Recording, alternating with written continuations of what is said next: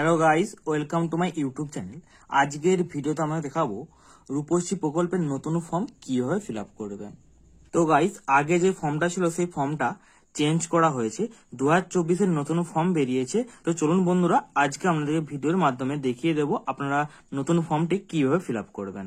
দেখুন, এখানে লেখাই আছে to be the fill up in the block letter in English only. শুধুমাত্র ইংরেজিতে পূরণ করতে হয়, তাও বড় হাতের। দেখুন লেখা আছে নেম, এখানে যে অ্যাপ্লাই করছে তার নামটা এখানে লিখতে হবে। তার ব্যাংক অ্যাকাউন্টে যেরকম নামটি রয়েছে সেই রকম নামটি এখানে লিখতে হবে। তারপর দেখুন লেখা আছে ডেট অফ বার্থ, প্রার্থীর ডেট অফ বার্থটা এখানে লিখে দেবেন। তারপরে দেখুন লেখা আছে প্রপোজ ডেট অফ ম্যারেজ, মানে কোন তারিখে আপনার বিয়ে হবে সেই ডেটটা এখানে লিখতে হবে, সিম্পলি লিখে দেবেন। আর এইদিকে দেখুন বক্সটাতে একটা পাসপোর্ট সাইজের কালার ফটো লাগাতে হবে, সিম্পলি এই বক্সটাতে কালার ফটো লাগিয়ে দেবেন। তারপর দেখুন লেখা আছে address of the venue of the propose wedding ceremony, মানে প্রস্তাবিত বিবাহ অনুষ্ঠানের ঠিকানা, যেখানে আপনার বিয়ে হবে সেটা যে লজ হয় লজের ঠিকানা লিখবেন, আর যদি বাড়িতে হয় বাড়ির ঠিকানাটা সিম্পলি লিখে দেবেন। দেখুন এখানে হাউস নাম্বার লিখে দেবেন, গ্রাম পঞ্চায়েত বা ওয়ার্ড যেটা হবে সেটা নামটা এখানে লিখে দেবেন। দেখুন রোড স্ট্রিট, যদি রোড বা স্ট্রিটের কোনো নাম থেকে থাকে তাহলে এখানে লিখবেন, না থাকলে লেখার দরকার নেই। তারপর দেখুন লেখা আছে ব্লক বা মিউনিসিপ্যালিটি যেটা হবে সেটার নামটা এখানে লিখে দেবেন। লেখার পর দেখুন লেখা আছে পুলিশ স্টেশন নামটা লিখে দেবেন। তারপরে দেখুন লেখা আছে ডিস্ট্রিক্ট নেম, সিম্পলি ডিস্ট্রিক্ট নেমটা এখানে লিখে দেবেন। দেখুন লেখা আছে পোস্ট অফিসের নামটা এখানে লিখে দেবেন। তারপর দেখুন লেখা আছে পিনকোডটা এখানে লিখে দেবেন। তারপর দেখুন লেখা আছে এখানে মাদার নেম, যে অ্যাপ্লিকেন্ট তার মায়ের নামটা এখানে লিখে দেবেন। তারপর দেখুন লেখা আছে এখানে ফাদার নেম, যে অ্যাপ্লিকেন্ট তার বাবার নামটা এখানে সিম্পলি লিখে দেবেন। তারপর চলুন নিচের দিকে আপনাদেরকে আর কি করতে হবে দেখাচ্ছি। তারপর দেখুন লেখা আছে কারেন্ট অ্যাড্রেস আর পার্মানেন্ট অ্যাড্রেস, মানে হচ্ছে বর্তমান ঠিকানা আর হচ্ছে স্থায়ী ঠিকানা। যদি আপনার বর্তমান ঠিকানা আর স্থায়ী ঠিকানা যদি একই হয় তাহলে একই লিখবেন, আর যদি আলাদা হয় সিম্পলি আলাদা লিখে দেবেন। তো বন্ধুরা, এই পেজেতে আর কিছু নেই, আপনাদের পেজটা ঘুরে দেখাচ্ছি আর কি করতে হবে আপনাদের। তো বন্ধুরা, আমি নেক্সট পেজটা ঘুরিয়ে নিয়েছি, এখানে প্রার্থীর অ্যাড্রেস গুলো দিয়ে দেবেন।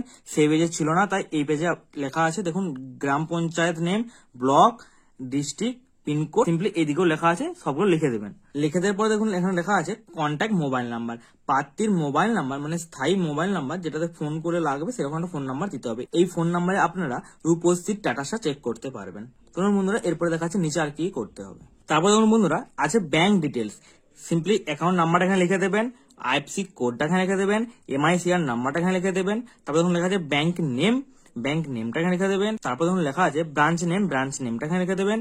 তারপর দেখুন ব্রাঞ্চ অ্যাড্রেস আপনারা পাসবুকে পেয়ে যাবেন, যদি পাসবুকে না পান তাহলে আপনারা গুগলে সার্চ করলে পেয়ে যাবেন। সিম্পলি এগুলো লিখে নেবেন। লিখে নেওয়ার পরে চলুন নিচে দেখা যাচ্ছে আর কি করতে হবে। তারপর দেখুন লেখা আছে এডুকেশন লেভেল, যেটা হবে সেটা পাশে ঠিক চিহ্ন দিয়ে দেবেন। তারপর দেখুন লেখা আছে জাতি বা কাস্ট, যেটা হবে সেটা পাশে ঠিক চিহ্ন দিয়ে দেবেন। তারপর লেখা আছে রিলিজিয়ন, যে ধর্মের আপনি সেই ধর্মের পাশে ঠিক চিহ্ন দিয়ে দেবেন। চলুন তারপরে দেখা যাচ্ছে আর কি করতে হবে আপনাদের। তারপর দেখুন বন্ধুরা, এখানে লেখা আছে গ্রুম ডিটেলস, মানে পাত্রের বিবরণ, পাত্রের ফুল নেমটা লিখে দেবেন, পাত্রের ডেট অফ বার্থটা লিখে দেবেন, পাত্রের মায়ের নামটা লিখে দেবেন, পাত্রের বাবার নামটা লিখে দেবেন। আর এই দিকটাতে এই যে বক্সটা আছে, এই বক্সটাতে একটা কালার পাসপোর্ট সাইজের ছবি এখানে লাগাতে হবে, সিম্পলি চিটিয়ে দেবেন। তো বন্ধুরা, এই পেজে আর কিছু নেই, আপনাদের পেজটা ঘুরিয়ে দেখাচ্ছে আর কি কি করতে হবে। তারপর দেখুন বন্ধুরা, আমি হচ্ছে পেজটা ঘুরিয়ে নিয়েছি, এখানে আছে কারেন্ট অ্যাড্রেস, এখানে পার্মানেন্ট অ্যাড্রেস, বর্তমান ঠিকানা, স্থায়ী ঠিকানা, এটা পার্থে লিখতে হবে। সিম্পলি যেরকম পার্থে লিখেছিলাম সেরকম এই ঘরগুলো নিয়ে সিম্পলি লিখে দেবেন। লিখে দেওয়ার পরে চলুন আর কি করতে হবে দেখাচ্ছি আপনাদের। তারপর দেখুন লেখা আছে ঘোষণা ও দাখিল করা কাগজপত্র, মানে আপনি কি কি জমা করছেন তার এখানে বিবরণ। দেখুন লেখা আছে I am unmarried and the proposed marriage is my first marriage, মানে আমি অবিবাহিত এবং এটা আমার প্রথম বিবাহ। তারপর দেখুন 2 নম্বর লেখা আছে আমার পারিবারিক বাৎসরিক আয় 1.5 লক্ষ টাকার বেশি না, সিম্পলি এটা দেখে নেবেন। তারপর দেখুন 3 নম্বর যেগুলো আছে সব বক্সগুলো ঠিক চিহ্ন দিয়ে দেবেন, আপনারা পড়ে সব বাসে ঠিক চিহ্ন দিয়ে দেবেন। এবং 4 নম্বরে দেখুন I am above 18 year old, মানে আমার বয়স 18 বছরের ঊর্ধ্বে, তার জন্য একটি আপনাকে নথি জমা করতে হবে। দেখতে পাচ্ছেন এখানে অনেক কিছু লেখা আছে, যেটা আপনার থাকবে তার পাশে ঠিক চিহ্ন দিতে হবে, যেমন বার্থ সার্টিফিকেট, ভোটার কার্ড, আধার কার্ড, প্যান কার্ড বা স্কুল লিভিং সার্টিফিকেট বা মাধ্যমিকের অ্যাডমিট কার্ড, যেটা আপনি দিবেন তার পাশে এখানে ঠিক চিহ্ন দিয়ে এখানে নিচে নাম্বারটা লিখে দেবেন। আর এখানে দেখুন 5 নম্বরে যেটা লেখা আছে আপনারা সচল ব্যাংক অ্যাকাউন্ট আছে, সেই ব্যাংক অ্যাকাউন্ট নিজের নাম, অ্যাকাউন্ট নাম্বার এবং ঠিকানা এবং আইএফসি কোড সমস্ত কিছু বয়া আছে, তার জন্য আপনাকে এখানে ঠিক চিহ্ন দিয়ে দিতে হবে, সিম্পলি ঠিক চিহ্ন দিয়ে দেবেন। দিয়ে দেওয়ার পরে 6 নম্বরে দেখুন প্রুফ অফ প্রপোজ ম্যারেজ, মানে প্রস্তাবিত বিবাহের প্রমাণ একটা দিতে হবে।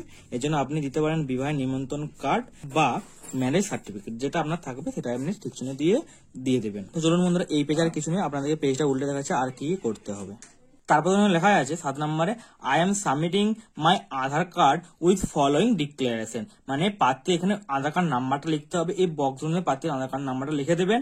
তারপরে এখানে প্রার্থীর আধার কার্ড নাম্বারটা লিখে দেবেন, লিখে দেওয়ার পরে এখানে প্রার্থীর সিগনেচার করিয়ে দেবেন এবং এখানে প্রার্থীর ফুল নেমটা লিখে দেবেন। লিখে দেওয়ার পরে দেখুন এখানটাতেও আছে, এখানটাতে বাংলায় আছে, উপরটাতে ইংলিশে আছে, আপনি যেটা খুশি ফিল আপ করতে পারেন।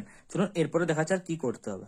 তারপর লেখা আছে 8 নম্বরে, আমার প্রার্থীর বয়স 21 বছরের বেশি, তার জন্য আপনাকে একটি নথি জমা করতে হবে। এর জন্য দেখুন এখানে লেখা আছে বার্থ সার্টিফিকেট, ভোটার কার্ড, আধার কার্ড, প্যান কার্ড বা মাধ্যমিকের অ্যাডমিট, যেটা দেবেন তার এখানে নাম্বারটা লিখে দেবেন। লিখে দেওয়ার পরে এখানে একটা তারিখ আছে দেখুন বা ডেট, যে ডেটে জমা করবেন সেই তারিখটা এখানে লিখে দেবেন এবং প্রার্থীর এখানে সিগনেচার করে দেবেন। তো বন্ধুরা এই পেজে আর কিছু নেই, এরপর আপনাদের পেজগুলো উল্টে দেখাচ্ছে আর কি কি করতে হবে।